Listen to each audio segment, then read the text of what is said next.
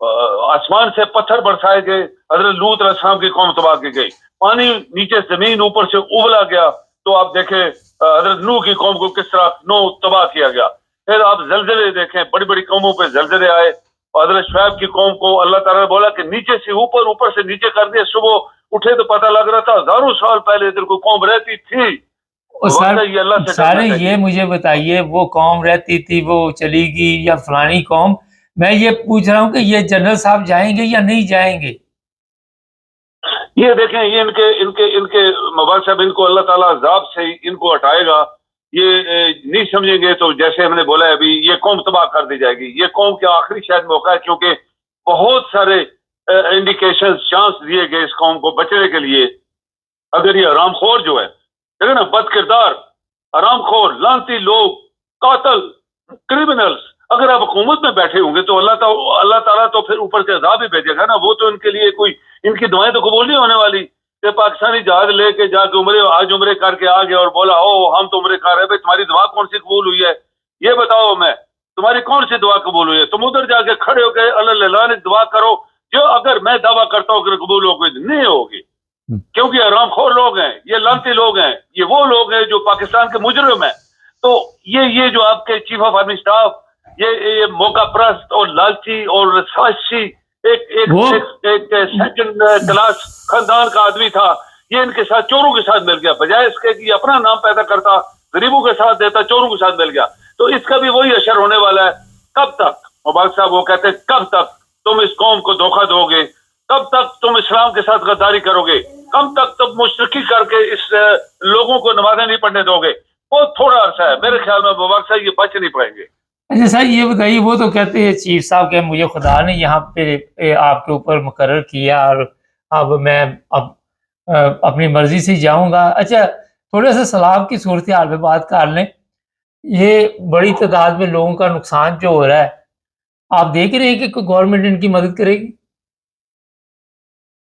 آپ دیکھیں کہ مبارک صاحب اس قوم کا یہی علاج ہے، یہ قوم اس قابل ہے کہ ان کو سزا دی جائے، کیونکہ قوموں کو جب سزا ملتی ہے تو پھر اللہ کی طرف سے آتی ہے، اور اللہ ان کے حالات کو دیکھ کر کرتا ہے کہ جب بولتے ہی نہیں ہے، جب اٹھتے ہی نہیں ہے، جب ان کے خلاف سڑکوں پہ نہیں آئے، ان کے خلاف کوئی ایکشن نہیں انہوں نے لیا۔ قوم نے 24 کروڑ لگائی ہوئی ہے، فراڈ کر رہے ہیں، اوپر سے اسلامک ریپبلک کا نام رکھا ہوا ہے فراڈ، تو پھر ان کا یہ اشر ہوتا ہے مبارک صاحب۔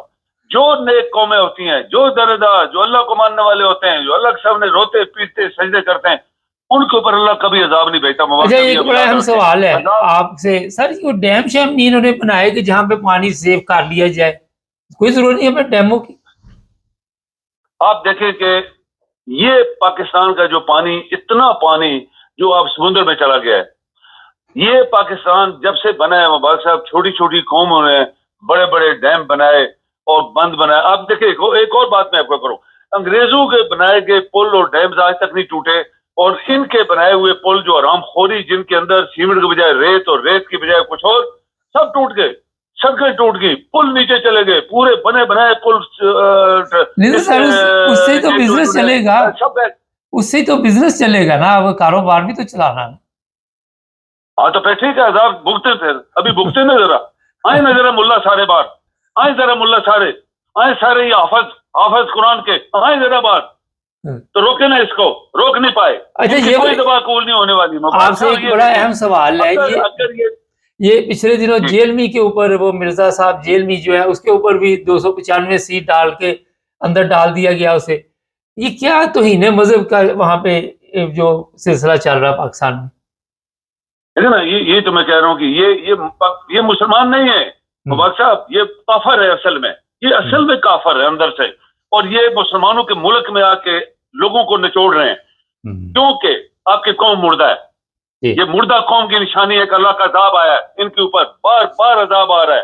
ابھی مبارک صاحب دیکھیں ڈیم، اگر پاکستان کا پیسہ ایوب خان تھوڑے سے عرصے میں آیا، اس نے کوئی چوری نہیں کی، آپ دیکھیں وہ اپنے گاؤں میں اس کو دفنایا گیا، اس کے بعد کوئی اس نے غداری نہیں کی، کوئی اس نے فیکٹری نہیں بنائی، کوئی اس نے باہر مکان نہیں بنائے، لیکن اس نے بہت سارے ڈیم بنائے، نہریں بنائی، اور جو بنا کے چلا گیا وہ بن گئے۔ اس کے بعد کسی شخص نے اس کے اوپر کام نہیں کیا، اور یہ لوریا رام خور لانتی اور رام خور ایک نلیک ایک باپ کے بیٹے تھے، اور وہ چور ڈاکو سندھ کا وہ جو راجہ دائر کا رشتہ دار ہے وہ آیا، انہوں نے لوٹنا شروع کر دیا.